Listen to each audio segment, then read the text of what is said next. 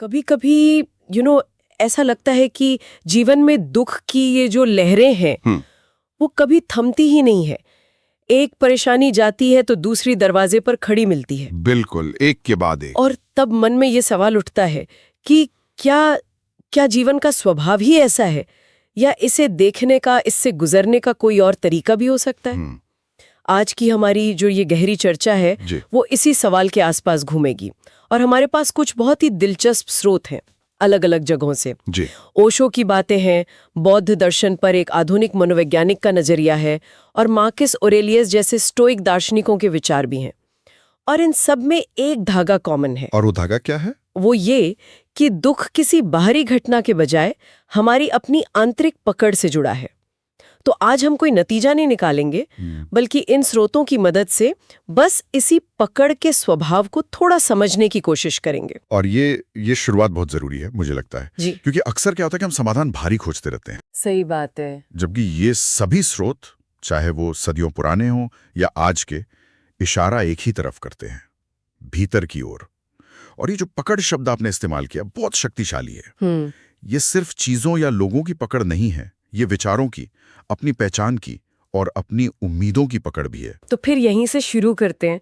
जब हम ये कहते हैं कि दुख हमारी पकड़ से आता है, तो जो पहला सवाल मन में आता है वो ये, तो क्या इसका मतलब है कि हमें अपनी सारी इच्छाएं, अपनी सारी चाह छोड़ देनी चाहिए? बिल्कुल, यही सवाल उठता है सबसे पहले। हाँ। क्या जीवन बिना किसी महत्वाकांक्षा के, बिना किसी चाह के जिया जा सकता है? ये तो बहुत निष्क्रिय और उदास सा लगता है। और ये सवाल बिल्कुल जायज है।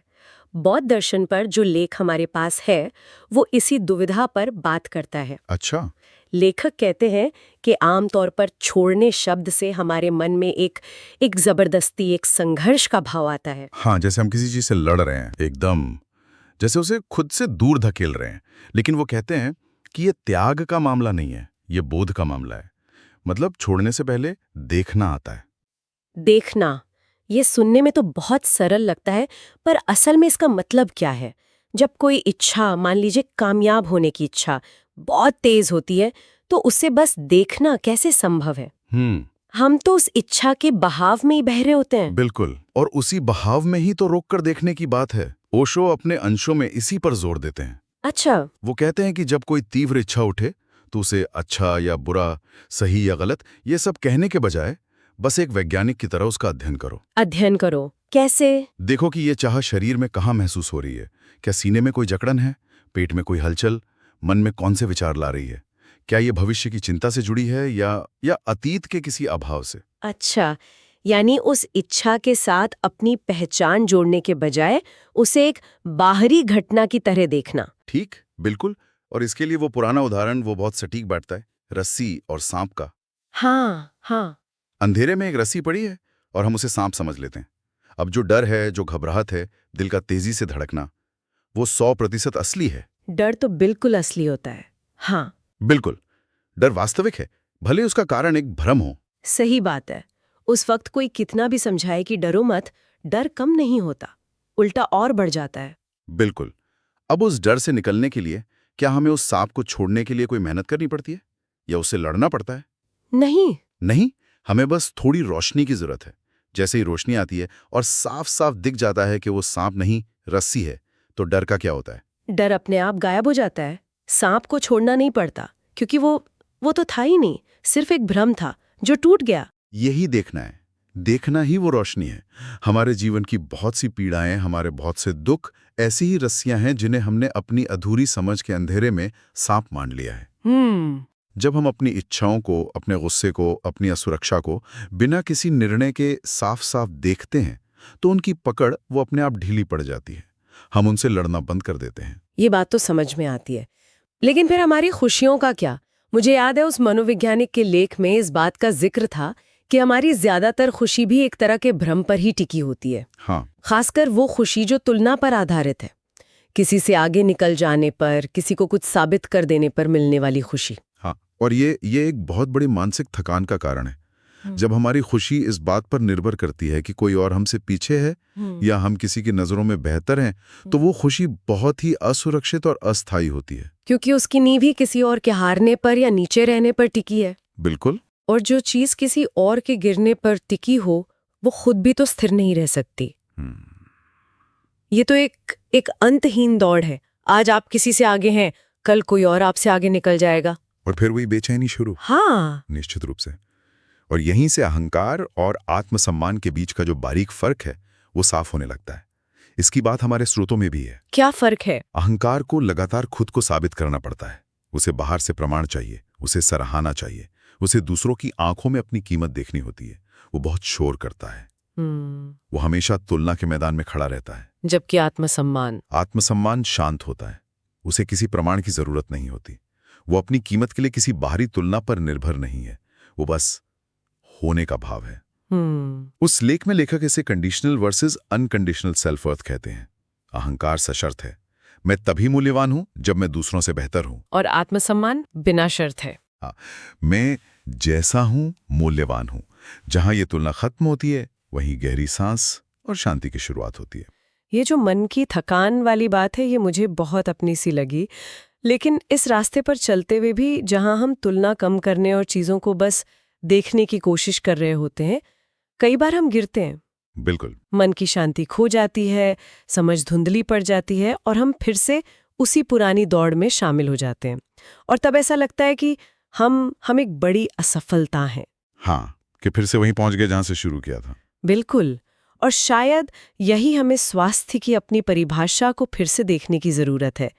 मार्कस ऑरेलियस जैसे जो स्टोइक दार्शनिक हैं, वो कहते हैं कि जीवन का लक्ष्य कभी न गिरना है ही नहीं, क्योंकि ये असंभव है। अच्छा। लक्ष्य है हर बार गिरने पर गरिमा के साथ फिर से उठ खड़ा होना।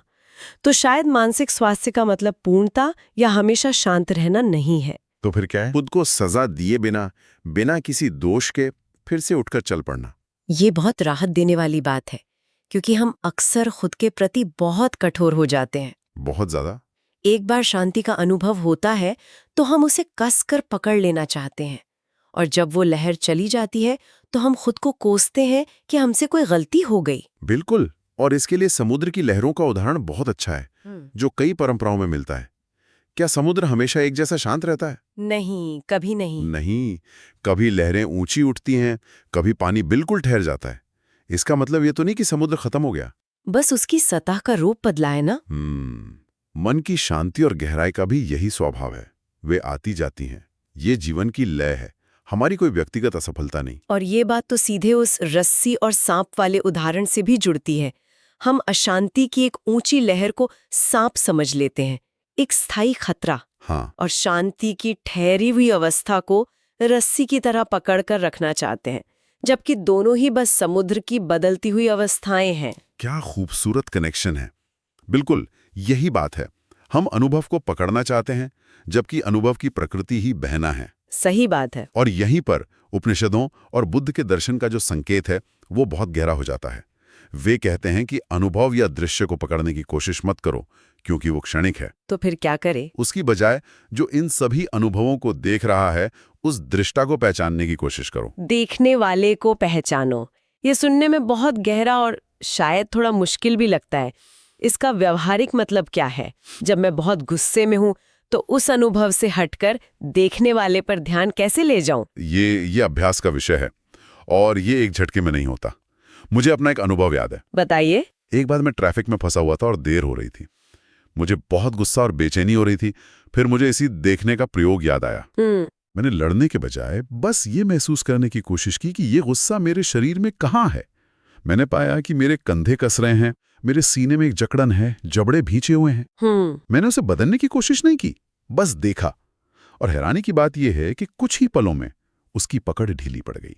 अच्छा। ट्रैफिक वही था, स्थिति वही थी, पर मेरा आंतरिक अनुभव बदल गया। मैं उस गुस्से से थोड़ा अलग हो गया। मैं गुस्सा था नहीं, मैं गुस्से को देख रहा था। तो इसका मतलब ये हुआ कि जीवन से जो एक निरंतर संघर्ष है, एक लड़ाई है, वो कम होने लगती है। हाँ। इसका मतलब ये नहीं कि समस्याएं खत्म हो जाती हैं, पर उनसे जूझने का हमारा तरीका बदल जाता है। हाँ, लड़ाई कम हो जाती है। सवाल रहते हैं, पर वे चुभना बंद कर देते हैं। दुख आता है, पर वो हमारी पहचान नहीं बन पाता। वो बस एक बादल की तरह आता है और गुजर जाता है। हम उस बादल के साथ बह नहीं जाते, क्योंकि हम जानते हैं कि हम बादल नहीं, हम तो वो आसमान हैं जिसमें बादल आ जा रहे हैं। तो इस सारी बातचीत को अगर हम समेटने की कोशिश करें, जो हमने इन अलग अलग स्रोतों से सीखा है, तो ये कोई सिद्धांत है, कोई अंतिम सत्य नहीं लग रहा है। नहीं। ये बस एक साझा अवलोकन है, एक ईमानदार देखना है। बिल्कुल। इसका कोई अंतिम निष्कर्ष नहीं है और शायद होना भी नहीं चाहिए। इसका उद्देश्य कोई बना बनाया जवाब देना नहीं है, बल्कि उस गहरी समझ के लिए, उस गहरी शांति के लिए थोड़ी जगह बनाना है जो शायद पहले से ही हमारे भीतर मौजूद है। एक ऐसी जगह जहां चाह को जबरदस्ती छोड़ा नहीं जाता, बस वो साफ साफ दिखाई दे जाती है। हाँ। जहां अहंकार से लड़ा नहीं जाता, बस उसे पहचान लिया जाता है कि वो तुलना की जमीन पर खड़ा एक असुरक्षित बच्चा है। और जहां जीवन से जोर जबरदस्ती कम होने लगती है और चीजें अपने सहज प्रवाह में बहने लगती हैं। हम लहरों को नियंत्रित करने की कोशिश छोड़ देते हैं और तैरना सीख जाते हैं। तो अंत में शायद विचार करने के लिए बस यही एक बात रह जाती है कि अगर इस पूरी बातचीत में कुछ भी अपना सा या सच लगे, तो उसे भी पकड़ने की जरूरत नहीं है। हाँ, बिल्कुल। ये भी एक और दृश्य ही है। इसे भी बस देखें और आगे बढ़ें।